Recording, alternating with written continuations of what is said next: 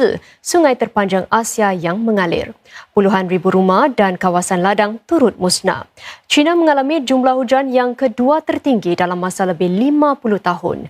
Jumlah kerugian akibat banjir pula melepasi $12 bilion Amerika. Pulau Kyushu di selatan Jepun juga dilanda banjir besar dengan kawasan Kumamoto paling teruk terjejas. Sejauh ini 70 orang disahkan maut akibat banjir itu yang turut menimpakan kerosakan besar harta benda. Perdana Menteri Jepun Shinzo Abe yang melawat kawasan Kumamoto berjanji kerajaannya akan menghulurkan bantuan. Agensi Kaji Cuaca Jepun menyatakan lebih banyak hujan lebat diramalkan di timur dan barat Jepun.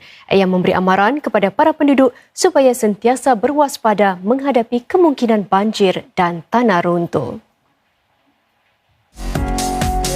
Lebih 170 Dewan Pawagam di Merata Singapura kembali dibuka hari ini selepas hampir 4 bulan ditutup.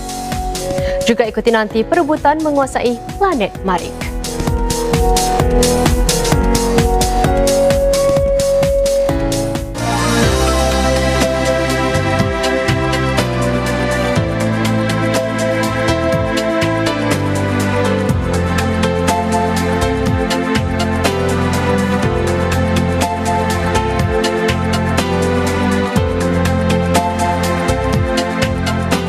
Laporan cuaca dibawakan oleh Mitsubishi Electric.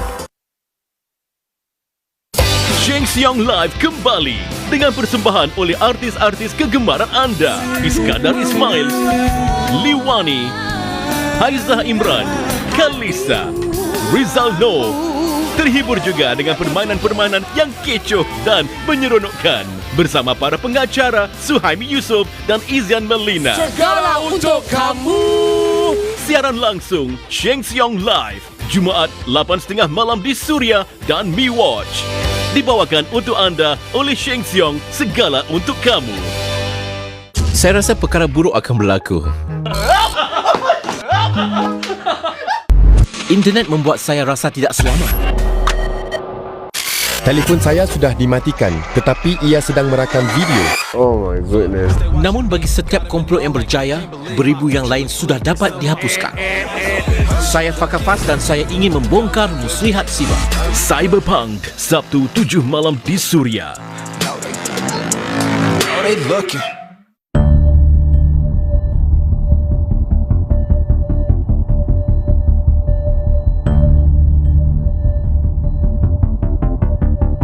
Yeah, unresponsive. No pulse. Continue CPR. The normal is not normal anymore. There was a need to do this. We needed to hit the nation's core. Corridor of Hope, Sunday on CNA. Kekecewaan yang menggunung. Kenapa you buat macam ini dengan I? I betul-betul kecewa dengan you. Melunturkan semangat. Kalau mama saya tak datang besok, saya tak tahu sama ada saya nak teruskan performance tu ataupun tidak. Sebagai anak, apa yang kita perlukan sekarang adalah restu mama. Thank you sebab datang. Lina harap nanti bapak sukalah dengan show tu. The show must go on.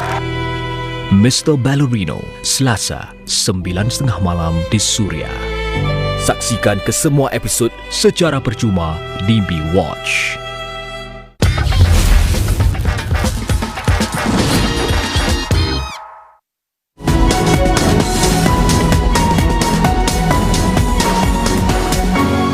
Kembali dengan liputan dalam negeri. Mahkamah Tinggi hari ini menjatuhkan hukuman penjara 27 tahun ke atas pasangan suami isteri Rizwan Mega Abdul Rahman dan Azlin Arujuna. Ini bagi kesalahan beberapa kali menyimbah air panas ke atas anak lelaki mereka yang berusia 5 tahun sehingga menyebabkan kematiannya. Bagi Rizwan Mega berusia 28 tahun, selain hukuman penjara 27 tahun, dia juga dikenakan hukuman rutan maksimum sebanyak 24 kali. Isterinya Azlin Arjuna juga dikenakan hukuman penjara 27 tahun. Namun hukumannya ditambah lagi 12 bulan penjara sebagai ganti hukuman rutan yang tidak dilakukan ke atas wanita. Bermakna Azlin dikenakan 28 tahun penjara kesemuanya. Pasangan itu sebelum ini didakwa kerana mendera anak lelaki mereka yang berusia 5 tahun itu selama 3 bulan, termasuk mengurung anak mereka dalam kandang kucing, menyimbahnya dengan air panas sehingga 2/3 tubuhnya melecur dan menumbuknya di bahagian muka. Anak tersebut kemudian maut pada Oktober 2016. Pasangan itu sebelum ini dikenakan tuduhan membunuh yang boleh membawa hukuman gantung atau penjara seumur hidup. Tetapi hakim menolaknya kerana tidak cukup bukti. Mereka kemudian dikenakan tuduhan yang dipinda. Bulan lalu, Hakim Valerie Tien mendapati pasangan itu bersalah atas tuduhan dengan sengaja menyebabkan kecederaan dahsyat menerusi kaedah berbahaya atau senjata berbahaya dan hukumannya didedahkan hari ini. Pihak pendakwa menyifatkan kes itu sebagai salah satu yang paling dahsyat antara kes-kes seumpamanya dan meminta mahkamah mengenakan hukuman maksimum iaitu penjara seumur hidup. Sekalipun demikian, hakim berkata hukuman itu tidak wajar memandangkan bukti perubatan yang dibentangkan tidak mencukupi. Namun demikian, hakim berkata kesalahan yang dilakukan sangat besar dan mahkamah perlu memberi mesej jelas bahawa keganasan fizikal ke atas kanak-kanak adalah perbuatan yang dibenci dan tidak ada sebab untuk pasangan itu mendera anak mereka. Pasangan yang menjalani prosedur rawatan pensenyawaan in vitro atau IVF tidak lama lagi akan melihat peluang mereka untuk hamil akan meningkat. Ini dengan bantuan teknologi kecerdasan buatan AI yang boleh menentukan embrio yang sesuai bagi prosedur tersebut. Sistem tersebut yang diperkenalkan penyedia khidmat Virtuous Health dan diluluskan penguasa sains kesihatan serta Kementerian Kesihatan akan dilancarkan bulan depan. Mutu embrio yang lebih baik akan meningkatkan peluang untuk hamil menerusi kaedah IVF. Selepas embrio yang terbaik dikenal pasti, ia akan dimasukkan ke dalam rahim wanita yang menjalani IVF. Buat masa ini, para pakar menilai secara manual sesuatu embrio dan menentukan mutunya berdasarkan ciri-cirinya. Bagaimanapun, dengan menggunakan AI, ia akan menilai mutu embrio menerusi imej keadaannya seperti saiz sel-sel dalam embrio dan bentuknya. AI akan melakukan penilaian itu menggunakan imej-imej selang masa embrio di dalam inkubator.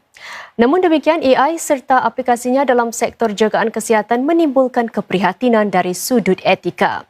Tetapi para pakar berpendapat kaedah tersebut hanya melibatkan pemilihan embrio yang bermutu yang mampu menempuhi proses kehamilan tanpa keguguran. Lebih 170 Dewan Panggung Wayang di negara ini dibuka semula hari ini selepas hampir 4 bulan ditutup. Pembukaan semula itu disertai dengan langkah-langkah pengurusan selamat. Antaranya, setiap dewan hanya boleh menampung 50 orang, bermakna lebih 90% tempat duduk tidak digunakan. Para pengendali panggung wayang berkata sambutan para pelanggan, terutama ahli kelab wayangnya, tetap menggalakkan meskipun tidak mencapai tahap sebelum COVID-19. Selain menghadkan jumlah penonton di dalam setiap Dewan Pawagam, tempat-tempat duduknya perlu diatur semula bagi mematuhi peraturan jarak 1 meter antara kumpulan-kumpulan penonton. Memastikan jarak selamat dan kebersihan premis meningkatkan kos tenaga manusia sehingga 30%, manakala waktu tayang filem dikurangkan kepada 3 kali bagi setiap dewan berbanding 5 sebelum ini. Satu lagi cabaran yang dihadapi adalah penangguhan pelepasan tayangan filem-filem blockbuster Hollywood. Lantaran itu, pihak Pawagam menambah tayangan filem-filem terbitan rantau ini. Planet Marikh bakal menjadi rebutan sekurang-kurangnya 3 buah negara. Amerika Syarikat, China dan Emirat Arab Bersatu akan menghantar kapal angkasa lepas masing-masing ke Marikh mulai minggu depan. Ini ketika kedudukan bumi dan Marikh selari selama sebulan, iaitu sebaris dengan matahari. Keadaan itu akan hanya berlaku sekali dalam masa 26 bulan. Ini membolehkan perjalanan ke Marikh dilakukan dalam masa terpantas dengan menggunakan jumlah bahan pembakar yang minimum. Setiap kapal angkasa lepas tanpa pemandu ketiga-tiga negara itu akan bergerak sejauh lebih 480 juta kilometer sebelum sampai ke Marikh pada Februari tahun depan. Planet Marikh terus menarik minat para saintis dunia kerana mereka berharap untuk menjejaki bukti-bukti tentang kehidupan di situ. Misi-misi ke Marikh sebelum ini telah gagal, kecuali misi Amerika yang berjaya pada 1976. Saudara, dengan laporan itu tadi, sekian berita untuk malam ini. Sehingga berjumpa lagi. Salam hormat.